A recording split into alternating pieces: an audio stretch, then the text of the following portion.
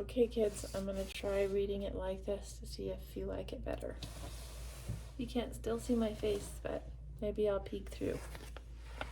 It's called Fat Fox and the Snowflake Christmas. Just kidding, he's not bad. It was an ice-bright Christmas Eve, and the sky was a dazzling blue. Every tree in the forest was frost-sprinkled and sparkling, and frozen puddles creaked and crackled under Fletcher's paws. He padded down the burrow bank to where the rabbits used to live and bounced over the fallen tree that blocked their old front door, and he stopped. And he looked, and he had a terrible thought.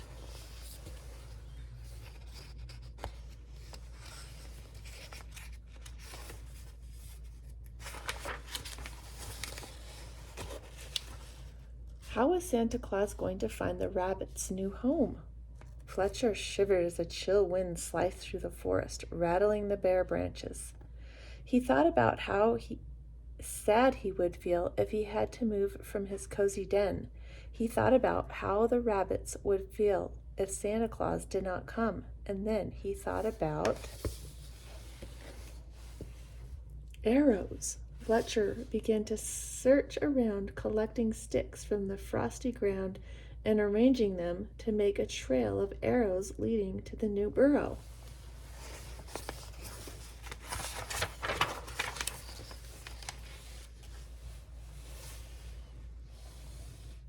There he is, collecting his sticks.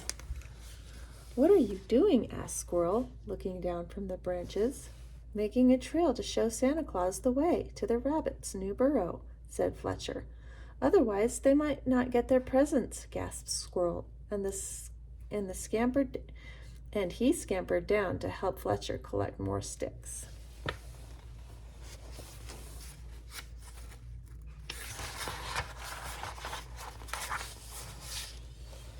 Soon a flock of birds gathered in the treetops. Their feathers fluffed against the cold to see what was going on. "We're making a trail to the rabbit's new burrow," said Fletcher. "For Santa Claus," added Squirrel. "We'll help you," chirped the birds. So the fox is getting a lot of his friends to help him. The trail passed between bare trees and crossed the tinkling ice-edged stream. The sun began to set, turning the sky a dazzling gold. Fletcher and Squirrel shivered and hurried up the little hill to where the mice were draping their nest with leaves of holly and ivy. "What are you doing?" asked the mice. Oh, I wonder how long it was like that. See the mice? "We're making a trail," said Fletcher. "To the rabbit's new burrow," said Squirrel. "For Santa Claus," added the birds. You better hurry," said the mice. "It's getting late. We'll help you."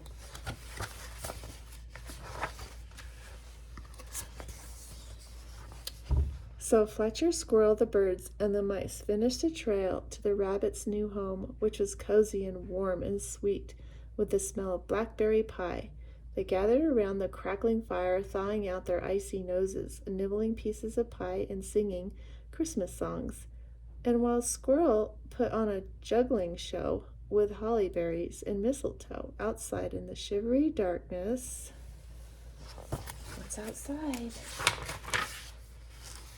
It began to snow. The white flakes tumbled softly from the heavy sky.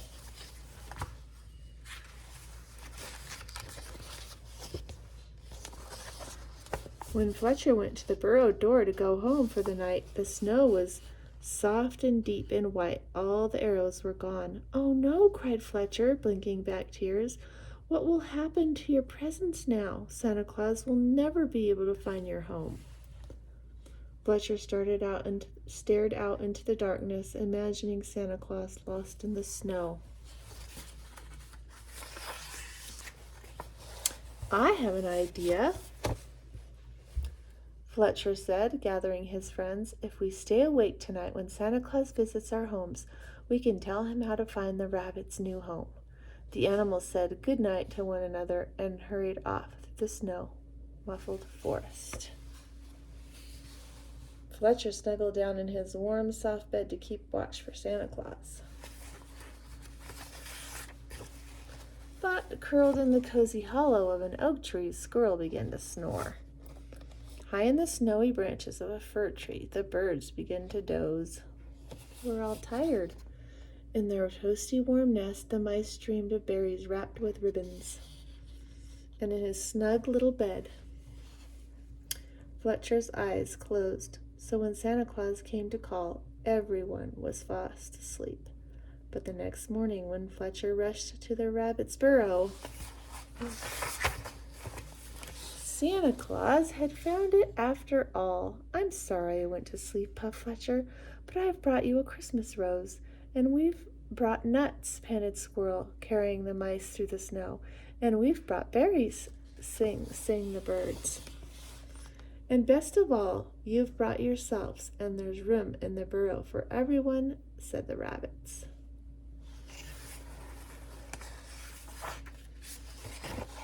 "Merry Christmas!" cried the rabbits, and they welcomed their friends into the very bright warmth of their home.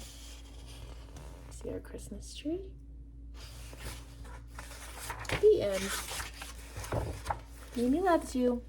Hope you liked this one. It was kind of hard holding it, so I don't know if I'm going to do that again.